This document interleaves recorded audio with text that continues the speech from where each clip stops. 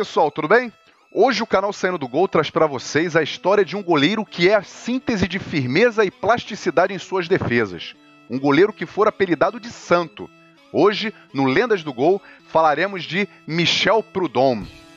Michel Georges Jean Gislan Prudhomme nasceu no dia 24 de janeiro de 1959 em Liège, na Bélgica. Durante sua brilhante e notória carreira, jogou pelo Standard de Liège, pelo Bélgica Mechelin, pelo Benfica de Portugal e pela seleção belga.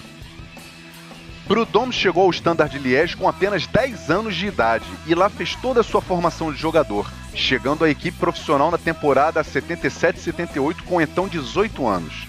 Sua estreia no profissional da melhor maneira possível.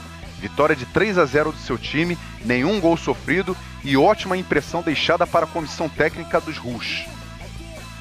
Com grandes exibições, Prudhomme ganhou já em 1979 sua primeira convocação para a seleção belga. Em 1980, durante a disputa da Eurocopa, Prudhomme foi convocado, mas como terceiro goleiro.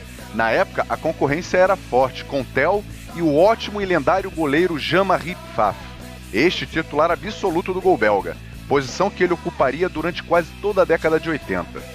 Depois de jogar por uma década no Standard de Liège, se tornar um ídolo dos torcedores e ajudar a equipe a encerrar o jejum de taças no campeonato belga, Prudhomme aceitou uma proposta do Mechelin e mudou de ares na temporada 86-87. Na equipe da Antuérpia, Prudhomme iniciou uma das melhores fases da carreira e foi logo conquistando a Copa da Bélgica, que mais uma vez levou o goleirão para a disputa de uma Copa da UEFA em 1987. Na final, encontrou o sempre copeiro e temido Ajax da Holanda, que tinha na época craques como Danny Blind, Aaron Winter e um novato Dennis Bergkamp. Naquela inesquecível final, o Mechelin venceu os holandeses por 1-0, gol de Pierre Demboé. Prudhomme, como sempre, garantiu a meta intacta durante os 90 minutos e deu ao clube seu primeiro e histórico título continental. O feito ganhou as manchetes dos jornais da época e consagrou o trabalho do técnico Ademos. O Mechelin sofreu apenas 3 gols em 9 jogos e Prudhomme coroou sua fase esplendorosa com o prêmio de melhor jogador da Bélgica em 1987, além de ser considerado um dos principais goleiros da Europa. Na temporada seguinte, o Mechelin defendeu seu título na Recopa, eliminou o rival Anderlecht com 2 vitórias, 1-0 e 2-0, mas caiu nas semifinais para a Sampdoria da Itália.